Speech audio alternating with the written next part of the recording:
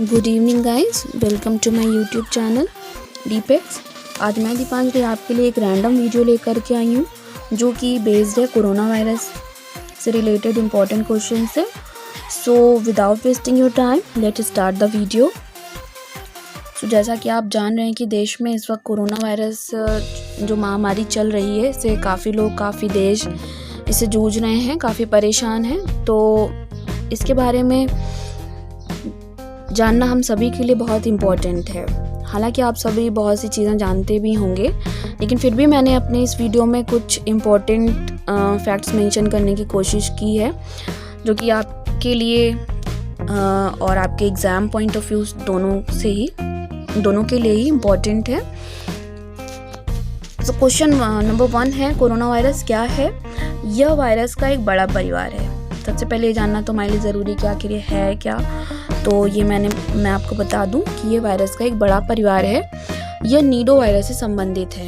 अब Nido virus क्या है? तो नीडो वायरस जो है वो वायरस का एक ऑर्डर है जो जानवरों और जो मानव होते हैं उनके शरीर में पनपता है। क्वेश्चन नंबर 2 है, कोरोना वायरस का नाम कोरोना ही क्यों पड़ा? तो ये सब आपके माइंड में भी हो रहा हो कि आखिर इसका नाम कोरोना क्यों पड़ा। कई बार आपने कई जगहों से सुना भी होगा। तो मैं आपको पहले बता दूंगी कि आगे कोरोना शब्द ये आया कहाँ से। तो कोरोना शब्द ये लैटिन भाषा से लिया गया है जिसका मीनिंग ही क्राउन होता है। क्राउन में आपने देखा है कि क्राउन का मतलब हिंदी में नहीं, मुकुट या ताज जैसे कि राजा लोग पहनते हैं। आपने उसमें देखा होगा कि स्पाइक्स बने होते हैं नुकीले नुकीले से, और वैसे ही कोरोना वायरस में भी स्पाइक्स निकले हुए हैं, एक सीरीज जैसी बनी हुई है। सो इसलिए इसका नाम जो है कोरोना वायरस पड़ा। क्वेश्चन नंबर 3 है, कोविड-19 कैसे फैलता है? तो कोविड-19 जो है वो एक पीड़ित व्यक्ति से दूसरे पीड़ित व्यक्ति में फैल सकता है। यानी कि अगर कोई एक व्यक्ति जो है वो कोरोना वायरस से संक्रमित है तो उसके टच से ये आपके शरीर में भी आ सकता है। क्वेश्चन नंबर 4 है, कोविड-19 के लक्षण क्या है? ये जानना तो बहुत ही इम्पोर्टेंट है, बहुत से लोग जानते भी हैं। कोविड-19 के सबसे आम लक्षण हैं बुखार आना, थकान, सूखी खांसी और सांस लेने में तकलीफ।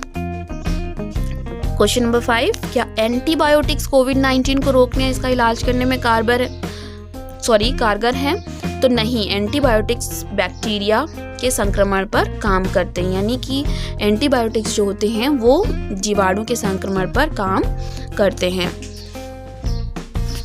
क्वेश्चन नंबर 6 है, नोवल कोरोना वायरस के पहले मामले की पहचान कहाँ हुई? तो नोवल कोरोना वायरस के पहले मामले की पहचान चीन के वुहान शहर के हुबई प्रांत से हुई। क्वेश्चन नंबर 7 है, कोरोना वायरस का अस्थायी नाम क्या रखा गया था? यानी कोरोना वायरस का जो एक नेम ऐसे ही दे दिया गया था स्टार्टिंग में, तो वो था 2019 nCoV। तो 2019 nCoV में n क्या शो करता है, यानी क्या दर्शाता है? तो n जो है वो शो करता है नोवेल को। अब क्वेश्चन नंबर 9 है आपका, WHO ने कोरोना वायरस डिसीज को क्या नाम दिया? तो WHO जो है वो वर्ल्ड हेल्थ ऑर्गेनाइजेशन है, इसने कोरोना वायरस डिसीज का नाम 11 फरवरी 2020 को कोविड-19 दिया। कोविड-19 का क्या मतलब है? क्वेश्चन नंबर 10 में हम देखते हैं कि इसका क्या फुल फॉर्म है। तो CO से मतलब है कोरोना से, VI शो करता है वायरस को, D शो करता है डिसीज़ को, N19 2019 को 2019 इसलिए लिया गया क्योंकि इसका जो मामला कोरोना वायरस है इसके मामले 2019 में ही सामने आए थे। क्वेश्चन नंबर 11 है, कोरोना वायरस किस बीमारी से संबंधित है? तो कोरोना वायरस जो है वो सार्स और मर्स से संबंधित है। सार्स और मर्स क्या हैं? ये कोरोना वायरस के ही प्रकार हैं जो कि पहले आ चुके हैं सामने। तो ये भी जो है बीमारियां जो संबंधित हैं हमारे रेस्पिरेटरी सिस्टम से। तो क्वेश्चन नंबर 12 है, कोरोना वायरस के 2 मुख्य वायरस कौन से हैं और इनकी फुल फॉर्म देखिए क्या है?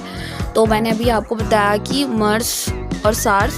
तो मर्स की फुल फॉर्म है Middle East respiratory syndrome corona virus, and SARS की है secure acute respiratory syndrome corona virus. Question number 13 है आपका, कोरोना वायरस किस प्रकार का वायरस है? तो ये RNA प्रकार का वायरस है। RNA की फुल फॉर्म क्या होती है? Ribo nucleic acid. Question number 14 है, कितने डिग्री तापमान पर कोरोना वायरस का प्रभाव खत्म हो जाएगा? तो ऐसा अनुमान लगाया गया है कि 30 से 35 डिग्री टेम्परेचर पर इसका जो प्रभाव होता है वो खत्म हो जाता है। क्वेश्चन नंबर 15 है, कोरोना वायरस मानव शरीर के किस अंग को प्रभावित करता है। जैसे मैंने अभी आपको ऊपर बताया कि ये हमारे रेस्पिरेटरी सिस्टम से जुड़ी बीमारी है, तो ये सबसे ज़्यादा इफेक्ट करती है हमारे लंग्स को, यानी फेफड़ों को। Next question is, corona virus के नाम में नोवेल शब्द क्यों जुड़ा।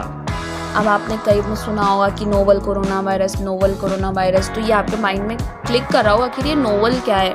तो मैं आपको बता दूं, नोवेल जो है वो क्यों इसमें ऐड किया गया है, यह कोरोना परिवार का नया सदस्य है। यानी कि जैसे कि आप समझ ही रहे हैं कि कोरोना का एक परिवार है, यानी इससे रिलेटेड और भी वायरस जो कि कोरोना से मिलते जुलते या कह सकते हैं सामने आ चुके हैं पहले भी।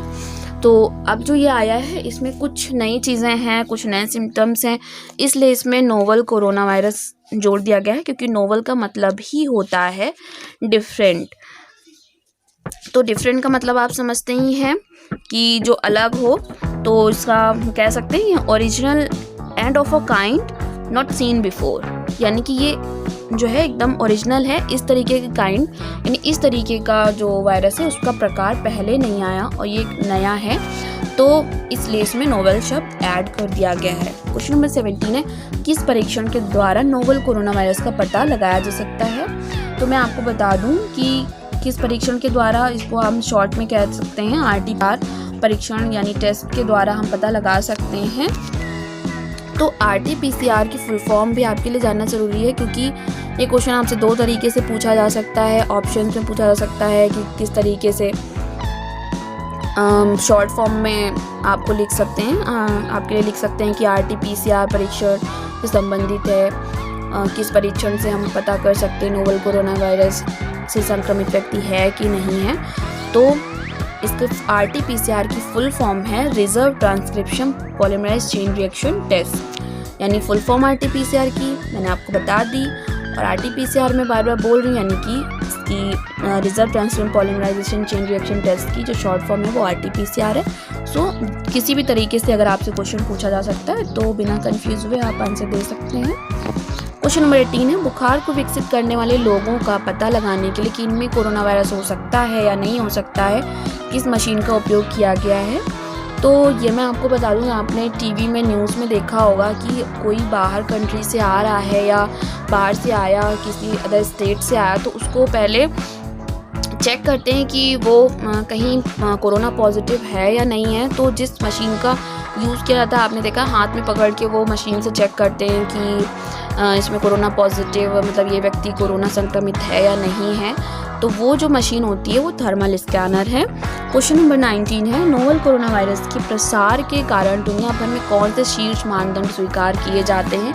मतलब नोवेल कोरोना वायरस को रोकने के लिए या मतलब जो जनता है उसको बचाने के लिए कौन से तरीके अपनाए गए हैं। तो वो हैं लॉकडाउन, कर्फ्यू, जैसे कि अभी भी लॉकडाउन चल ही रहा है, कर्फ्यू, बड़े पैमाने पर हवाई अड्डे की स्क्रीनिंग, शटडाउन और सोशल डिस्टेंसिंग। तो आपने देखा ये सोशल डिस्टेंसिंग की, हम जाते हैं मार्केट में या बैंक ATM के बाहर बड़े बड़े से सर्कल बना दिए गए हैं, तो हमें इसका ध्यान भी रखना चाहिए कि हम एक दूसरे से एक प्रॉपर डिस्टेंस बना के रखें। क्वेश्चन नंबर 20 है, नोवेल कोरोना वायरस की सरल परिभाषा क्या है। तो एक सिंपल सी इसकी जो डेफिनेशन है वो ये है कि ये वायरस का एक बड़ा परिवार है जो जानवरों या मनुष्यों में बीमारी का कारण हो सकता है। ये देखिए, ये जो वायरस है कोरोना वायरस, ये कोई छोटा मोटा वायरस नहीं, इसका एक पूरी फैमिली है जो किसको इफेक्ट करती है, जानवरों को और मनुष्यों को। जानवरों और मनुष्यों के, जैसे कि आपने भी सुना होगा न्यूज़ में भी, और कि ये कहाँ से फैला, कैसे फैला, आखिर क्या था। तो सबसे पहले आपको पता चला कि चमगादड़ का जो मतलब मांस है, और या जहाँ पर जिस मार्केट में ये जानवरों के मांस को बेचा जाता है और ख़रीदा जाता है, और हो सकता है वो जानवर कोरोना वायरस से संक्रमित रहा और उसे खा लिया गया, तो वो हमारे शरीर में भी फैल गया। जैसे कि मैंने बताया था आपको कि ये नीरो वायरस संबंधित है, जो कि मानव और जानवरों के शरीर में पनपता है। क्वेश्चन नंबर 21 है, सार्वजनिक स्थानों पर एक दूसरे से लोगों द्वारा कितनी दूरी बनाए रखी जानी चाहिए। 1 से 2 मीटर और फिट्स में 3 से 6 फीट। ये आपने देखा ही होगा कि राशन की दुकानों पर सब्जी खरीदने जाओ तो वहाँ भी जगह जगह मतलब काफ़ी 1-2 मीटर के डिस्टेंस पे बड़े बड़े सर्कल बने हैं कि एक लेकर के जाएगा तब आप आगे बढ़ेंगे। क्वेश्चन नंबर 22 है, क्या कोरोना वायरस हवा के माध्यम से प्रसारित हो सकता है? मतलब क्या ये एक एयरबॉर्न डिसीज़ है? तो ऐसा नहीं है, ये एयरबॉर्न डिसीज़ नहीं है। ये एक संक्रमित व्यक्ति से दूसरे संक्रमित व्यक्ति में फैलता है। या हमारे खांसने और छींकने से जो छोटी छोटी सी बूंदें निकलती हैं छींक और खांसी के माध्यम से, तो उनसे भी ये फैल सकता है। सो प्लीज़ जब भी आप खांसी या छींके तो अपने फेस को मास्क या अपने रुमाल से प्रॉपर्ली ढक के रखें। और आप टिश्यू पेपर का भी यूज़ अगर कर रहे हैं तो उसे एक बार यूज़ करने के बाद डस्टबिन में ज़रूर फेंक दें। क्वेश्चन नंबर 23 है, नोवेल कोरोना वायरस कितने देश प्रभावित हुए? देखिए यहाँ पे से शायद मिस हो गया है, तो मैं आपको बता दूं 202 देशों से भी ज़्यादा देश इस वायरस से संक्रमित हुए हैं, जूझ रहे हैं, जिसमें हमारा इंडिया भी है। सो हमें एक दूसरे की मदद करनी चाहिए और गवर्नमेंट को कोऑपरेट करना चाहिए। क्वेश्चन नंबर 24 है, कोरोना वायरस मामलों की वैश्विक संख्या किस तारीख को 5 लाख से अधिक हो गई? तो 27 मार्च 2020 को यह संख्या 5 लाख से अधिक हो गई। क्वेश्चन नंबर 25 है, जो कि हमारा लास्ट क्वेश्चन है, पहली बार कोरोना वायरस की पहचान कब हुई? तो पहली बार कोरोना वायरस की पहचान 1960 में हुई थी। जैसे कि अब आप ये देख सकते हैं कि सबसे पहले कोरोना वायरस 1960 में आया, तो 1960 में आया, दैट मीन्स इसके और भी वायरस हैं जो कि मैं आपको इसके बारे में और डिटेल्स में आपको अपने नेक्स्ट वीडियो में प्रोवाइड करूँगी। सो गाइज़, ये इम्पॉर्टेंट क्वेश्चन थे आपके लिए, और इसके बारे में और डिटेल्स के बारे में और जो क्वेश्चंस हैं मैं उनकी जो है वीडियो आपके लिए नेक्स्ट पार्ट में लेकर के आ रही हूँ। सो गाइस प्लीज़ उसे भी देखना ना भूलें, और ये वीडियो अगर आपको पसंद आई है so please do like, subscribe and share. और कोरोना वायरस के अगेंस्ट लड़ने में कोऑपरेट करें, देश का बाहर ना निकलें। सो घर पे रहें, आप स्वस्थ रहें, घर पे रहें और हमारी गवर्नमेंट का सहयोग दें। Thank you guys, thank you so much. मिलते हैं अपने नेक्स्ट वीडियो में। और अगर आप इन क्वेश्चंस का PDF चाहते हैं तो वो मेरे डिस्क्रिप्शन बॉक्स में आपको मिल जाएगा, आप वहाँ से डाउनलोड कर सकते हैं। Bye bye.